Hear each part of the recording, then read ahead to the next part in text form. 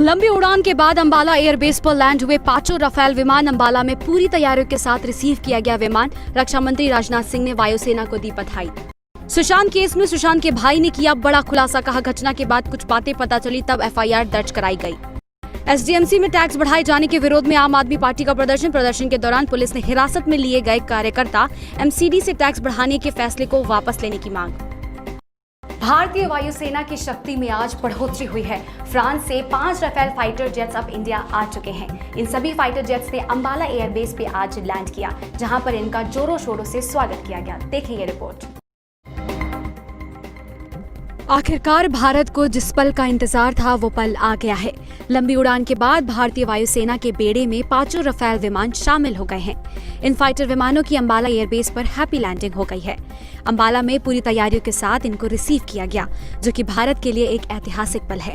जैसे ही 5 राफेल विमान की भारत की सीमा में एंट्री हुई तो आईएनएस कोलकाता ने स्वागत किया। इसके बाद 2 सुखोई लड़ाकू विमानों ने 5 राफेल विमान को एस्कॉर्ट किया। इन विमानों को 17 गोल्डन एरो स्क्वाड्रन के commanding officer group captain Harkirat Singh की अगुवाई में पायलट फ्रांस से लेकर भारत पहुंचे। रक्षा मंत्रालय की ओर से एक वीडियो शेयर किया गया, जिसमें भारतीय एयर स्पेस में राफेल विमानों के घुसने के बाद उन्हें 2 सुखोई लड़ाकू विमान एस्कॉर्ट किया। जैसे ही ये विमान अरब सागर से निकले तो आईएनएस कोलकाता कंट्रोल रूम से ही उनका स्वागत किया गया। आईएनएस कोलकाता ने स्वागत कर कहा कि आप आसमान की ऊंचाइयों को छुएं, आपकी लैंडिंग सफल हो। जिसके जवाब में राफेल पायलट ने शुक्रिया कर कहा कि wish you fair winds, happy hunting, over and out. Indian naval warship Delta 63, welcome to the Indian Ocean. Naval warship Delta 63, Arrow Leader, many thanks. Most reassuring to have an Indian warship guarding the seas. Arrow Leader Delta 63, may you touch the sky with glory. Happy landings. Delta 63, Arrow Leader, wish you fair winds, happy hunting, over and out. जिन इलाकों में दुश्मन हमारे लिए मुश्किलें खड़ी करते थे, लेकिन अब उन्हें ऐसा करने से पहले सोचना होगा, क्योंकि राफेल अब भारत आ चुका है। चीन से जारी तनाव के बीच राफेल भारतीय वायुसेना में जो शामिल हुआ है, इसको गेम चेंजर कहा जा रहा है। तो क्या राफेल के सामने चाइना का J-20 फाइटर जेट टिक पाएगा? देखें ये रिपोर्ट। पहाड़ी इलाकों में चीन हमारे लिए अक्सर मुश्किलें खड़ी करता है, लेकिन अब ऐसा करने से पहले वो जरूर सोचेगा। ये ताकत मिली है राफेल के आने से। अब इंडियन एयरफोर्स के पास पूरी तरह से हथियारों से लेस कॉम्बैट राफेल है। आइए जानते हैं कि राफेल में ऐसी क्या खासियत है जिससे इसे हर जंग का ऑलराउंडर माना जा रहा है। राफेल की तुलना में चीन का J-20 कहाँ ठहरता है? इन दोनों एयरक्राफ्ट में कौन किससे बेहतर है? भारत में आने वाला राफेल फाइटर जेट दुनिया के बेहतरीन लड़ाकू विमानों में से एक है। ये चीन के J-20 फाइटर जेट से कई मामलों में उम्दा है। राफेल के आगे चीन के J-20 का इंजन इसके मुकाबले निम्न स्तर का है। लड़ाई के मामले में भी राफेल J-20 से बेहतरीन है। राफेल में higher weapon load, better hardened और लीथल मिसाइल पावर है। इतना ही नहीं, राफेल 4.5 जनरेशन का twin engine canard delta wing multi role fighter है, जबकि J-20 single seat twin jet हर मौसम में उड़ने वाला स्टेल्थ 5वीं जनरेशन का फाइटर जेट है। राफेल ओमनी रोल लड़ाकू विमान है। भारत को मिलने वाले राफेल में 3 तरह की मिसाइलें हैं। हवा से हवा में मार करने वाली मीटियोर, हवा से जमीन में मार करने वाला स्कैल्प और हैमर मिसाइल। चीनी J-20 का मेन रोल स्टिल्थ फाइटर का है, वहीं राफेल को कई कामों में लगाया जा सकता है। ऐसे में फाइटर जेट राफेल का आना भारत के लिए बेहद महत्वपूर्ण हो जाता है। इसकी तैनाती से चीन और पाकिस्तान पर भारत की सामरिक बढ़त रहेगी। सुशांत सिंह राजपूत के केस ने आज एक नया मोड़ ले लिया है। जहां इनके पिता ने कल एफआईआर दर्ज कराई थी, तो आज इनके चचेरे भाई ने कहा है कि कुछ अंदरूनी बातें पता चलने के बाद ये एफआईआर दर्ज कराई गई है। देखिए क्या कहा उनके भाई ने। बिहार के रहने वाले दिवंगत अभिनेता सुशांत सिंह राजपूत की आत्महत्या के मामले में पटना के राजीव नगर थाने में उनके पिता के सिंह द्वारा दर्ज प्राथमिकी के बाद अब मामले की जांच पटना पुलिस ने प्रारंभ कर दी है। इधर सुशांत सिंह के चचेरे भाई और छातापुर के पूर्व विधायक नीरज कुमार सिंह ने आईएनएस के संवाददाता मनोज पाठक से की बात। इस दौरान नीरज सिंह ने बताया कि घटना के बाद कुछ बातें पता चली, तब प्राथमिकी दर्ज कराई गई है। सुनिए नीरज सिंह ने क्या कहा। सर, अब इसमें तो एफआईआर हो गया, अब आगे क्या? एफआईआर तो हो गया इसमें, अब आगे क्या? आगे अब पुलिस कार्रवाई करेगी, जांच करेगी, जांच करके कार्रवाई करे। मुंबई गई है पुलिस, अपना वहाँ जांच करके कार्रवाई करे, और क्या। अच्छा, शुरू में एफआईआर नहीं किया गया सर, अब क्यों किया गया? अरे तो आदमी तुरंत थोड़े, जब इतना बड़ा घटना घट गया, लोग सदमे से उभरा है, तो लोग बोलो वहाँ में तो मतलब हुआ है एफआईआर, और जानकारी कुछ कुछ हुआ है तो एफआईआर हुआ है। अच्छा, तो इसमें जो धोखाधड़ी का आरोप है, धोखाधड़ी जो पैसा लेन देन वाला मामला है सर। हाँ, कुछ सामने आया होगा, कुछ मिला होगा उन लोगों को, तब एफआईआर हुआ है। हाँ हाँ, लोग डेथ के बाद तुरंत अकाउंट तो नहीं चेक करने लगते हैं कि क्या है नहीं है। जब धीरे धीरे कुछ अकाउंट देखा होगा तो लोग पता चला होगा कुछ धोखाधड़ी क्या कर दी है, तो एफआईआर हुआ है।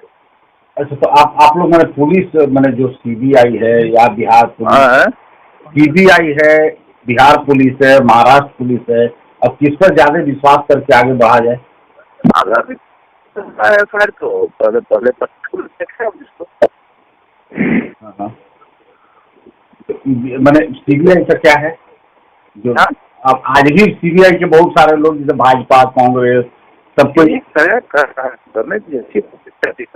हाँ हाँ, जो लोग कर रहे हैं सबका स्वागत है। हाँ हाँ हाँ, लेकिन आपको अभी पुलिस पर भरोसा है क्या? अभी केस किया गया है तो कुछ न कुछ भरोसा है, तब तो केस किया गया है। हाँ हाँ, एसडीएमसी द्वारा प्रोफेशनल टैक्स लागू करने और कई पुराने टैक्सेस की वृद्धि को लेकर आज आम आदमी पार्टी ने बीजेपी के खिलाफ नारेबाजी की। आम आदमी पार्टी के विधायकों और नेताओं ने बीजेपी दफ्तर तक पैदल मार्च निकाला और उनसे प्रोफेशनल टैक्स और कई टैक्सेस को कम करने की मांग की। देखें ये रिपोर्ट। दक्षिणी दिल्ली नगर निगम को आर्थिक तंगी से उबारने के लिए सत्तारूढ़ दल बीजेपी के नेताओं ने ट्रांसफर शुल्क वृद्धि प्रस्ताव के साथ साथ प्रोफेशनल टैक्स के प्रस्ताव को सदन बैठक में हरी झंडी दे दी है।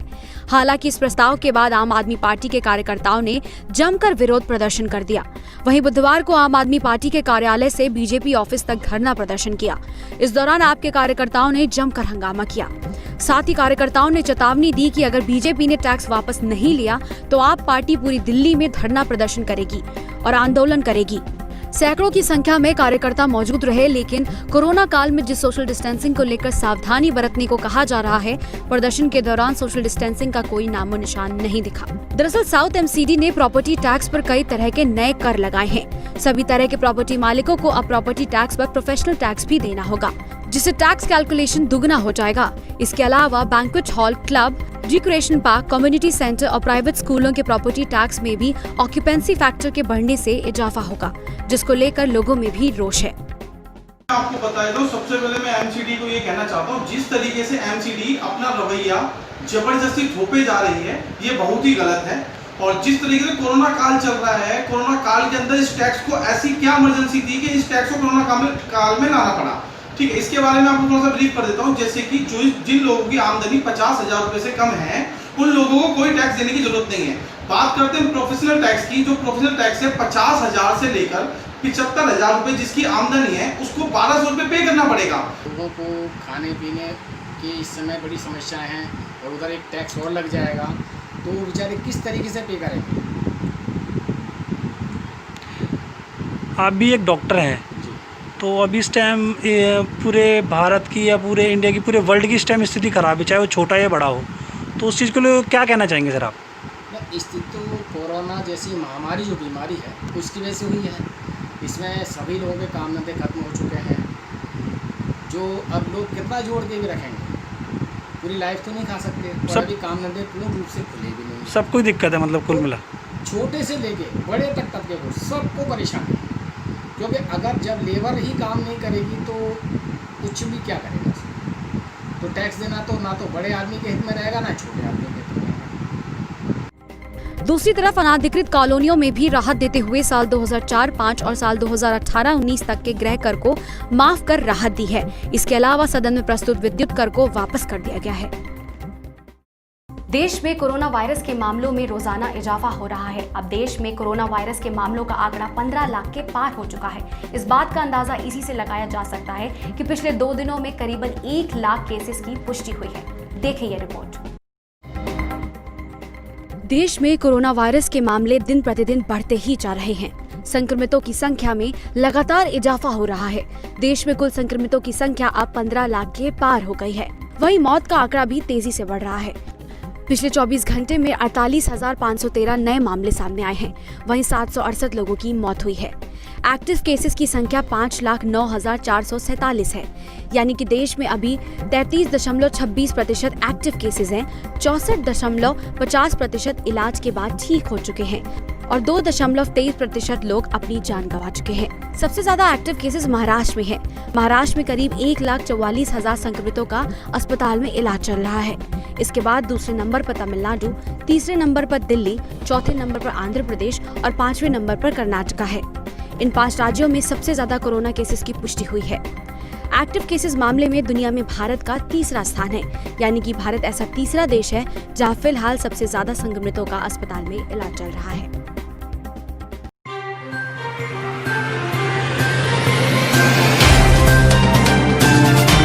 Subscribe now and press the bell icon. Never miss an update.